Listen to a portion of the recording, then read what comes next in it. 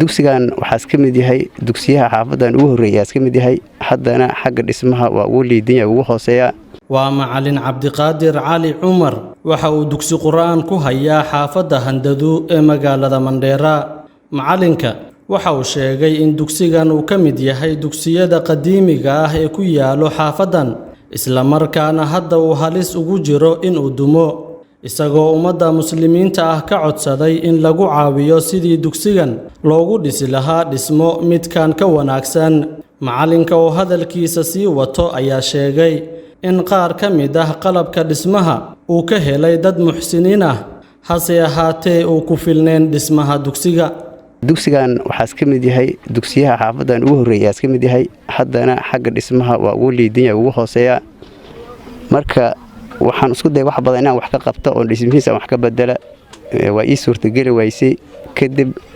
walaalaha muslimiinta ayaan la kaashaday allaan la kaashaday thumma walaalaha muslimiinta aan la kaashaday wax badan ay la qabteen 7 gaari oo bacad ay dejiyeen 3 gaari oo dhagax ay dejiyeen jayga oo 2 oo way dejiyeen intaas marka waxaa dheer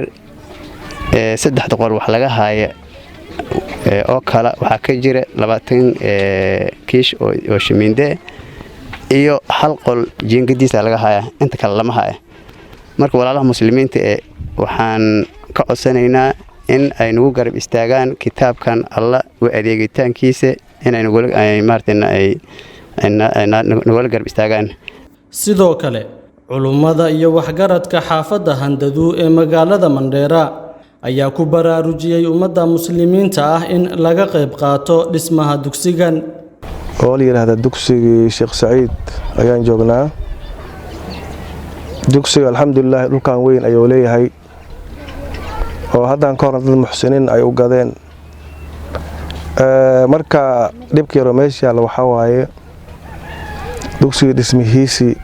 ayaa makoro meel cariishaas ahay cariishka hadda waa dumi waa arkaysiin qaybmaalaha idin siiyo marka waxaan u baahanay inay dugsi wax loo dhisaan helna meeshaas ku yaala meel dad iska fuqaraha oo masaakiin waaye marka macallinkii intaas ka ordo wax fiican u soo bixi waayeen marka maanta waa nagu soo ooyay waxa dhahay nimayahow dadka muslimiinta ah ahlu khayrka ah wixii gudaha jooga wixii banaanka jooga kulli nooga qayliye nooga ooyo noo codsada in dugsigan ay noo dhisaan anigana aad u ducooyno ilaahay aanu barin inuu khayrkooda badiyo horaanba way sameyn jireen dugsiyaal badan ay dhiseen marka dugsi hadda wixii loo baahan yahay waxa waaye 3 qol ayaa loo baahan yahay oo hadda laga haaya qolka baawgiis waxaan mabaatigiis ayaan rabaa iyo bacaadkii oo kaamil ah iyo 3 gaari oo dhagax ah hadda waa la hayaa waa diyaar 20 kiisho ismiid ah ayaa la hayaa inta kale loo baahnaay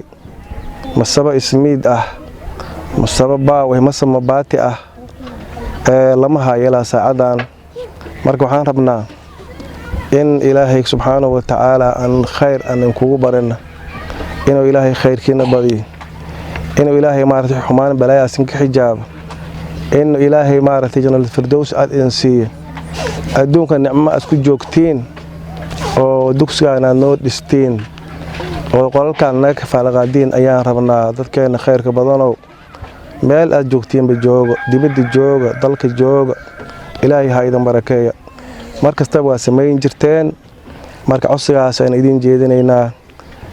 waa u jeedeen macallinkan midigtayda fadhiyo waaye macallim Cabdi yaa la yiraahdaa waa nin iska tabaryar oo masaakiin ah marka ilaahay khayrkiina ha badiyo ilaahay maartay ha idin gargaara dugsi ilaahay maartay meeshan quraanka ilaahay meel uu barana waaye marka codsigaas aan idin jeedinaynaa ilaahay ha idin kaalmeeyo ilaahay ha idin barakeeyo khayrkiina Allah badiyo waa idin duceynaynaa in ilaahay subhanahu wa ta'ala waxaad baxsateen wax ka khayr badan siiyo aqal iyo adduunyo ka liibantaan ubadkeen ilaahay subhanahu wa ta'ala diinta ku aflixiyo aqriina wixii wanaajiyo yaan idin ku duceynaynaa marka insha Allah codsigaas aan u fafulnaa waxaan rajaynaynaa walaalaha muslimiinta inay naga ogolaadaan naga dhageystaan codkooda soo ajiibi doonaan ayaan rajaynaynaa khayr Allah idin siiyo nasoo kaalmeeyo Allah idin kaalmeeyo macallinka soo kaalmeeyo Allah idin kaalmeeyo marka waxaan warkeed ku soo xiraya walaalaha akhridiin adduunyadiina Allah toosiya inaad kitaabkan wax naga qabataan. Cabdiqafaar Cumar Ibraahim, Cabdiqafaar Habi, warbaahinta Star, ismaamulka Mandheera.